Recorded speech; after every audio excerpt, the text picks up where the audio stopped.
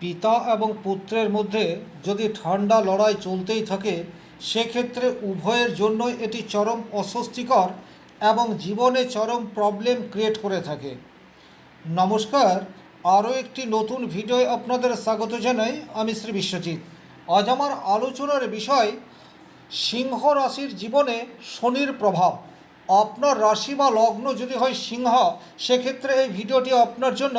বা আপনার যদি জন্মকুণ্ডলিতে সিংহ রাশিতে শনিদেব অবস্থান করেন, সেক্ষেত্রেও এই ভিডিওটি আপনার জন্য। এমন 10টি তুলনাত্মক দিক নিয়ে আলোচনা করব। এই 10টি তুলনাত্মক দিকের মধ্যে যদি 4টি ক্ষেত্রে আপনাদের ভারসাম্য ঠিকঠাকভাবে দেখতে পাওয়া যায়, সেক্ষেত্রে জীবনের সাকসেস, মনের ইচ্ছা সমস্ত কিছু পূরণ হবে, এতে কোনোরূপ ডাউট নেই। ভিডিওটি কমপ্লিট দেখার পর আপনি যদি সিংহ রাশির জাতক হয়ে থাকেন, সেক্ষেত্রে বুঝতে পারবেন আপনার উইকনেস কোথায় বা আপনার স্ট্রেংথ কোথায় রয়েছে। এটি নিজেই আপনি কমপ্লিটলি বুঝতে পারবেন। চলে আসছি মূল আলোচনায়। দেখুন, সিংহ রাশির অধিপতি গ্রহ হচ্ছে রবি বা সূর্য, যে হচ্ছে প্রকাশের কারক গ্রহ, আলোর কারক গ্রহ, এবং শনিদেব সে হচ্ছে অন্ধকারের কারক গ্রহ। কিন্তু একটা কথা, যদি সব জায়গাতে বা সর্বত্রই অন্ধকার বা আলো থাকে, সেক্ষেত্রে কোনোটিরই ঠিকঠাক প্রয়োজন হয় না। যেখানে প্রচুর অন্ধকার, সেখানেই আলোর গরিমা ফুটে ওঠে। তাই যেমন আলোর প্রয়োজন আছে, ঠিক সেই রকম অন্ধকার না থাকলে আলোর কোনোরূপ গুরুত্ব থাকবে না। সিংহ রাশি অগ্নিতত্ত্ব প্রভাবিত রাশি। সিংহ রাশির জাতক সাধারণত নেতৃত্ব দিতে পছন্দ করে এবং চরম লেভেলের আত্মবিশ্বাসী এটা হয়ে থাকে। শনিদেব বায়ুতত্ত্ব প্রভাবিত রাশি এবং চরম ধৈর্য, শৃঙ্খলা এবং শান্ত স্বভাব, এই বিষয়টি শনিদেব দিয়ে থাকে। 2 নম্বর যে পয়েন্ট, সেটি হচ্ছে এদের প্রকৃতি। অগ্নিতত্ত্বের রাশি হওয়ার জন্য সিংহ রাশির মানুষের মধ্যে একটা তেজ, এই বিষয়টি কিন্তু সর্বক্ষণ দেখতে পাওয়া যায়। নিজের হাঁটা চলা, কথাবার্তা, মানুষের সাথে সহাবস্থান, প্রত্যেকটা জায়গাতে একটা উষ্মা প্রকাশ, সেটি কিন্তু সিংহ রাশির মানুষের মধ্যে দেখতে পাওয়া যায়। শনিদেব কিন্তু শীতল ঠান্ডা, খুব সহজেই শনিদেব কিন্তু ক্রোধিত হয় না। আর এই গুণটি যদি সিংহ রাশির জাতক শনিদেবের কাছ থেকে গ্রহণ করতে পারে, সুতরাং আত্মবিশ্বাস এবং শান্ত স্বভাবের সঠিক সহাবস্থান যদি আপনার মধ্যে বুস্ট হতে থাকে, জীবনে সাকসেস পাবেন, এতে কোনোরূপ ডাউট নেই। 3 নম্বর যে পয়েন্ট রয়েছে, সেটি হচ্ছে এদের সিম্বল বা প্রতীক। দেখুন, সিংহ রাশির মানুষ কিন্তু কখনোই নিজেকে গুটিয়ে রাখতে পছন্দ করে না। আলো যেমন ছড়িয়ে দিতে চায়, সিংহ রাশির মানুষও কিন্তু নিজের ব্যক্তিত্ব, পার্সোনালিটি, কর্মের সাহায্যে অপর মানুষের মনে জায়গা গ্রহণ করে নিতে চায়। এই রাশির মানুষের মধ্যে অহংবোধ, সেটাও কিন্তু যথেষ্ট মাত্রায় দেখতে পাওয়া যায়। কিন্তু শনিদেবের মধ্যে অহংকারের লেশ মাত্র নেই। এরা কর্মফলে বিশ্বাসী, ধৈর্য এবং পরিশ্রম, এই দুটির সংমিশ্রণ শনিদেব জন্মকুণ্ডলিতে শুভভাবে থাকলে দিয়ে দেয়। সুতরাং আপনি যদি সিংহ রাশির মানুষ হয়ে থাকেন, তাহলে শনিদেবের কাছ থেকে সংযম, এই বিষয়টি আপনাকে গ্রহণ করতে হবে। জন্মকুণ্ডলিতে শনিদেব শুভভাবে থাকলে আপনি কিন্তু শান্ত স্বভাব এবং আত্মবিশ্বাসের সঠিক ভারসাম্য নিয়ে যেটা করতে চাইবেন, সেই কাজেই সাকসেস পাবেন। 4 নম্বর যে বিশেষ গুণ নিয়ে আলোচনা করব, সেটি হচ্ছে সিংহ রাশির মানুষের প্রধান গুণ, সেটি হচ্ছে নেতৃত্ব দেওয়া।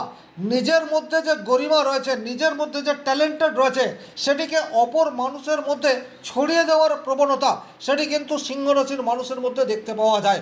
সিংহ রাশির মানুষ সদা আদেশ বা অর্ডার করতে পছন্দ করে, কিন্তু শনিদেব কর্ম করতে বিশ্বাস করে, পরিশ্রম করতে বিশ্বাস করে এবং আদেশ শুনতে পছন্দ করে।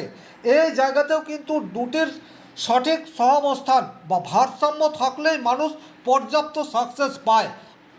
আপনি যদি শুধুমাত্র অর্ডার করে থাকেন, সেক্ষেত্রে যাকে অর্ডার করছেন তার যাতে কোনোরূপ ব্যথা না লাগে, সে যাতে নিজেকে হীন মনে না করে, এই বিষয়টির প্রতি আপনাকে যথেষ্ট খেয়াল রাখতে হবে। সেক্ষেত্রেই কিন্তু পর্যাপ্ত সফলতা আপনি লাভ করতে পারেন, আর এই গুণটি শনিদেব আপনাকে দেবে। 5 নম্বর যে বিশেষ পয়েন্ট, সেটি হচ্ছে দুর্বলতা। দেখুন, সিংহ রাশির মানুষের প্রধান দুর্বলতা হচ্ছে অহংকার এবং ভীষণ রকম আত্মকেন্দ্রিক, কিছুটা স্বার্থপর এই বিষয়টিও বলা যেতে পারে। সদা নিজেকে নিয়ে ব্যস্ত থাকার প্রবণতা এটি কিন্তু সিংহ রাশির মানুষের মধ্যে দেখতে পাওয়া যায়। কিন্তু শনিদেবের মধ্যে হতাশা, ভয়, সীমাবদ্ধ চিন্তাধারা এগুলি শনিদেবের যে পারফেক্ট গুণ, সেই গুণগুলিকে কিছুটা হলেও অবদমিত করে রাখার চেষ্টা করে। সুতরাং আপনি যদি সিংহ রাশির মানুষ হয়ে থাকেন, সেক্ষেত্রে অযথা কাল্পনিক ভয়ে ভীত হবেন না। জীবনে সমস্যা আসবে, কিন্তু সেই সমস্যায় হতাশ হয়ে পড়বেন না। সময় কারুর জন্য অপেক্ষা করে না। আমাদের জীবনে যেমন ভালো সময় আসবে, ঠিক সেই রকম খারাপ সময় আসবে। এই দুটিকেই যদি সাদরে গ্রহণ করতে পারেন, জীবনে হ্যাপিনেস এটা আপনি অবশ্যম্ভাবী পাবেন, কেউ আটকাতে পারবে না। 6 নম্বর যে পয়েন্ট নিয়ে আলোচনা করব, সেই পয়েন্টটি হচ্ছে অত্যন্ত গুরুত্বপূর্ণ। সেটি হচ্ছে এদের এনার্জির ধরন।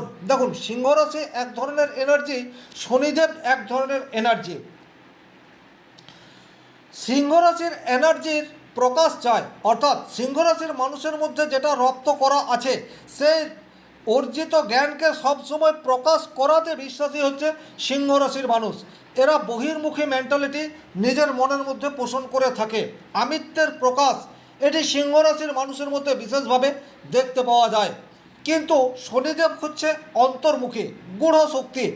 যে কোনো বিষয়ের গভীরে গিয়ে চিন্তাভাবনা করার মানসিকতা সেটি কিন্তু শনিদেব প্রদান করে থাকে। সুতরাং আপনি যদি কোনো একটি বিষয়কে অত্যন্ত হালকাভাবে নেন, সেক্ষেত্রে পর্যাপ্ত সাকসেস এটি পাবেন না। সুতরাং শনিদেবের কাছ থেকে এই গুণটি আপনাকে গ্রহণ করতে হবে। আপনার জন্মকুণ্ডলিতে শনিদেব যদি অশুভ হয়ে থাকে, সেক্ষেত্রে কিন্তু যে কোনো বিষয়ের সঠিক সিদ্ধান্ত নেওয়ার ক্ষমতা সেটি লোপ পেতে পারে। তার ফলে কিন্তু ফ্যামিলি লাইফে ডিস্টারবেন্স, কর্মজীবনে সমস্যা এই দুটোই আসবে।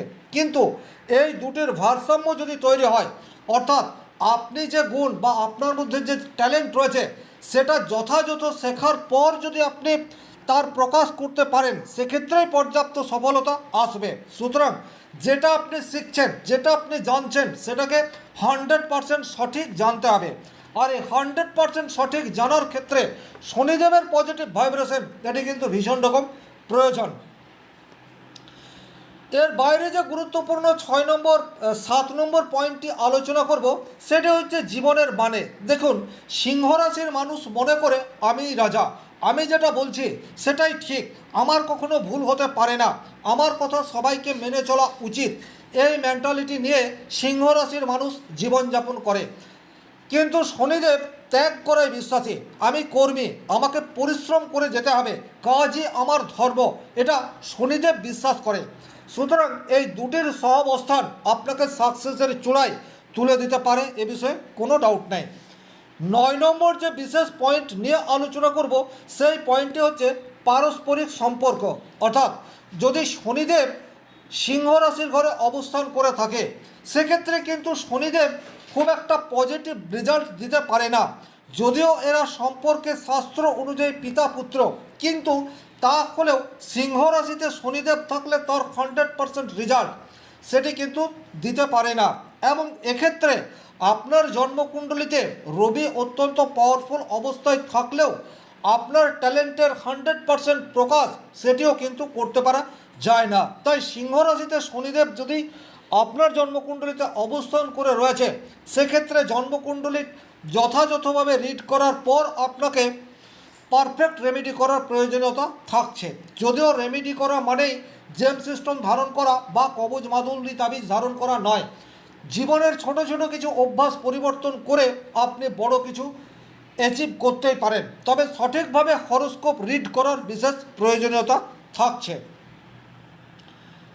10 নম্বর যে বিষয়টি নিয়ে আলোচনা করব, সেটি হচ্ছে রিলেশনশিপ। দেখুন, সিংহ রাশির জাতকের মধ্যে অহংভাব এই বিষয়টি অধিক মাত্রায় রয়েছে। তার ফলে কিন্তু লাইফ পার্টনারকে কন্ট্রোল করার একটা ইচ্ছা সেটি মনের মধ্যে তৈরি হয়। তার ফলে ছোটোখাটো সমস্যা এটি লেগেই থাকে।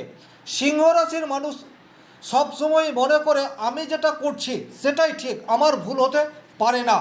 আর আমিত্বের বহিঃপ্রকাশ বারবার সাংসারিক জীবনে প্রবলেম এই বিষয়টি ক্রিয়েট করে থাকে। কিন্তু শনিদেব ত্যাগ করায় বিশ্বাসী, প্রেমের ক্ষেত্রে একটু রুক্ষতা, ড্রাইনেস, এই বিষয়টি শনিদেব নিয়ে আসে। শনিদেব কর্মে বিশ্বাসী, দায়িত্ব পালনে বিশ্বাসী।